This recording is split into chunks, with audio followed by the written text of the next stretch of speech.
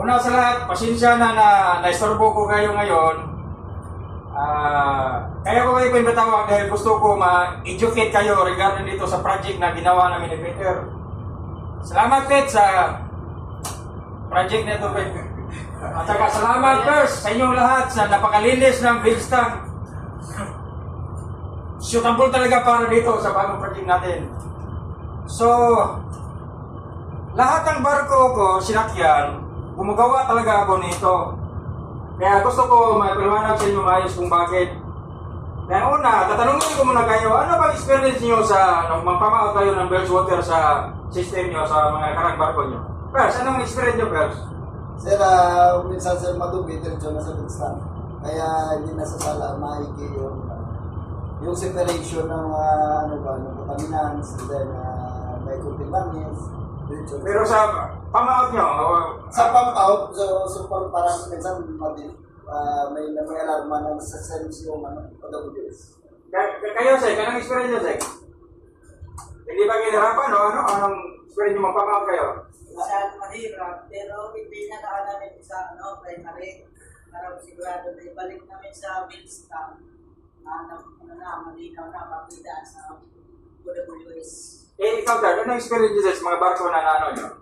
Based sa experience ko sa mga nakaraang pagpapos, yun na, once na magpapakaut kami yung WS, pare-alarma ang 15 p.m. minsan, kailangan kasi, yun nga, yun yung isa sa mga experience ko na matulas sa past. Kayo mga oiler, ano mo experience niyo?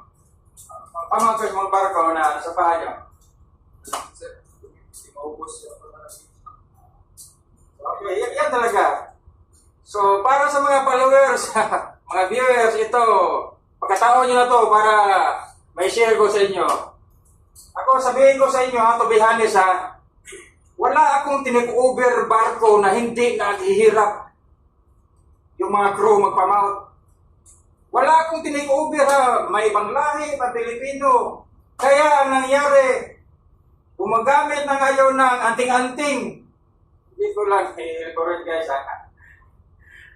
Yan ang mangyari. Kaya pinapatawag ko ngayon para may educate kayo. Dahil ito, proven and tested na hindi maghirap yung pamahal natin OWS. Kasi ito, ang material nito ay 0.8 microns. Biro mo yan, 0.8 microns. Yung particles na yun, hindi niya makita sa mata eh. Napakalinaw na ang labas nito. Itong filtration na ito. Kaya, lahat ng mga kasama ko na ibang lahi, na nung nakita nila to, talagang tungtuwa sila. I-share nila agad yan sa mga kasamahan nila. Kahit saan, mga ibang lahi, mga Bangladesh, Chinese, talaga tungtuwa sila dito dahil mas maganda pa daw ito kaysa sa experience nila na modern OWS. Totoo yan. Kahit modern OWS, sila mismo nagsabi sa akin na mas maganda pa ito. Kasi ito, ang source mismo, ang Billstang na makalinis ng tubig, parang mineral water. Kasi yung mga makers ng OWS, ang focus nila, papuntang overboard. So ngayon, paano yung source natin? Walang nag-focus dito sa source natin. Kaya kahit sabihin pang modern yung OWS, problemado pa rin. Kasi kung yung source natin ay marumi, pagdating sa OWS, madaling mabara. So magsigil yung backclass ngayon yung OWS. Diyan na ngayon matukso yung mga engineer. Kasi hindi ka magkapamawag ng todo eh. Interrupted dahil sa panay backclass panay alarma.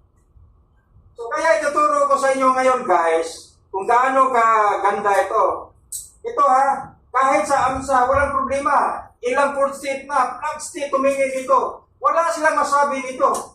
Kasi ito ay internal transfer. Kaya hindi ito bawal. Kaya dito nga ako, may mga barko ako masakyan na minsan hindi ako nagpapaalam sa superintendent. Basta kayo mag-request lang ako material, gagawin ko to. Lalo na makita ko system na wala akong kakatingin ng mga pipings. Matanggal na ako portion na pwede ibalik agad. Kaya hindi na ako nagpaalam sa superintendent. Kahit dito. Dalawang barko ko na dito sa bahay, hindi ako nagpaalam. Pero wala masabi sa superintendent. Kasi, Ang purpose natin ay build for system, improve natin yung system para malinis yung buwan nito, yung OWS natin pag pump out. Ito guys, tested, walang problema talaga. Maayos ang tulog natin dito pag nagpamaho tayo. Then napakalinis. Kaya ngayon, ituro ko sa inyo ang maintenance nito ha. Pwede, buksan mo natin, pwede.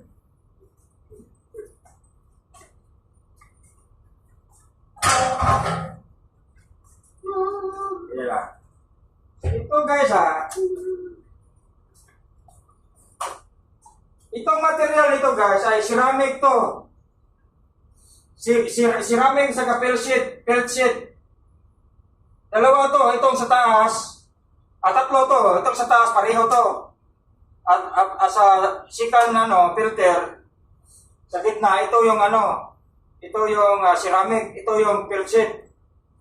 So napakalinis nito guys, there's 0.8 microns rito. Kahit mga kalawang masasala nito. So ito, pwede ito malinisan guys. Pwede ito malinisan. Ito sa gitna, disposable to. Pero napakamura lang nito. Makatipid pa rin ang kumpanya nito.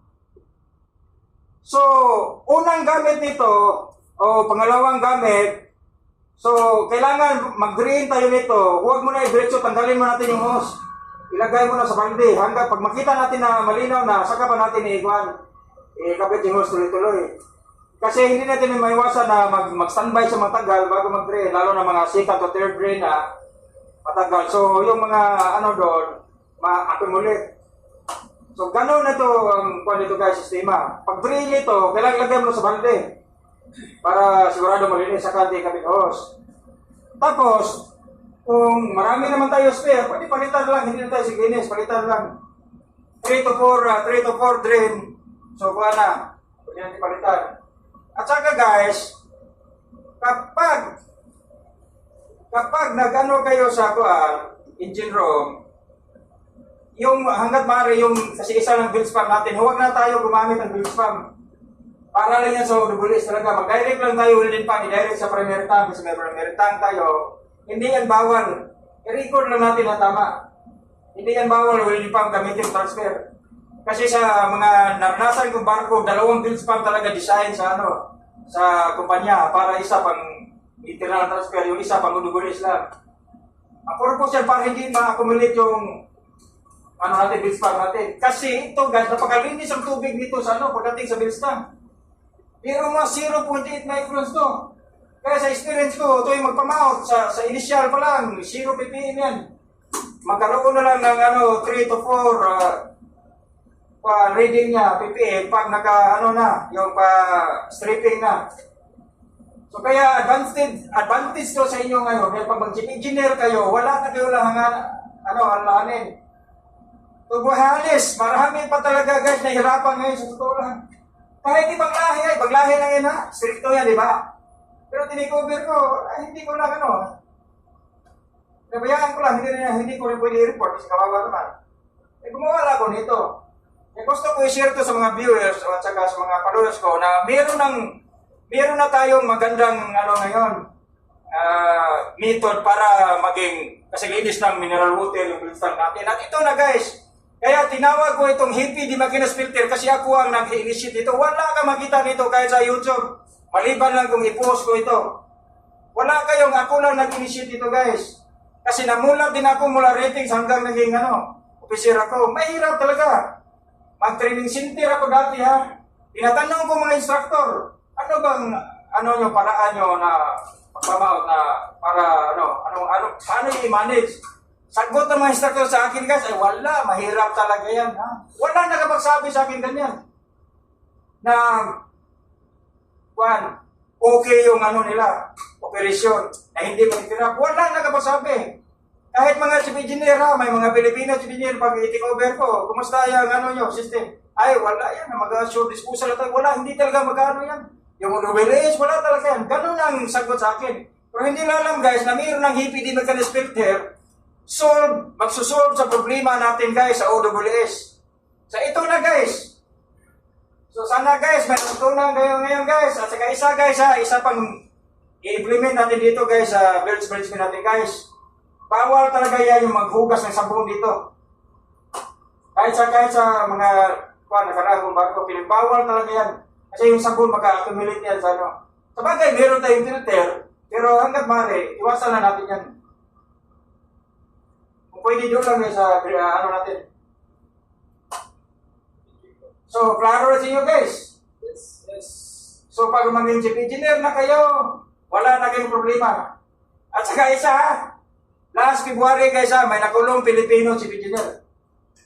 Singapore flag vessel na bulk carrier, nakulong, nahuli sa Amerika.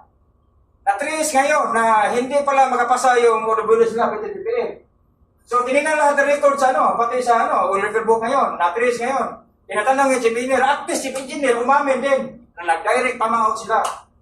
So, gano'n lang mayari guys. Kasi mahirap na talaga. Kahit kayo mga chief engineer dyan na manood nito, o mga viewers ko, sabihin ko sa inyo kung magsabi lang ito, mahirap talaga, di ba? Mahirap guys. Kaya hindi ako tumigil guys, nung na-chief engineer na ako, mahiya ako sa sarili ko ha. Mahiya ako sa sarili ko, tawagin chief engineer na may isang part na hindi ko makukuha. Yung OWS, paano pagkanahin ng maayos. Kaya hanggat dumating yung panahon na yung kasabihan nga, pag ibigay sa iyo ng Panginoon, pag hindi ka tumigil sa magandang plano mo, ito na guys, wala na akong iba nakitang solusyon. Paano gawing kasing linis ng mineral water ang bilge tank? Ito lang.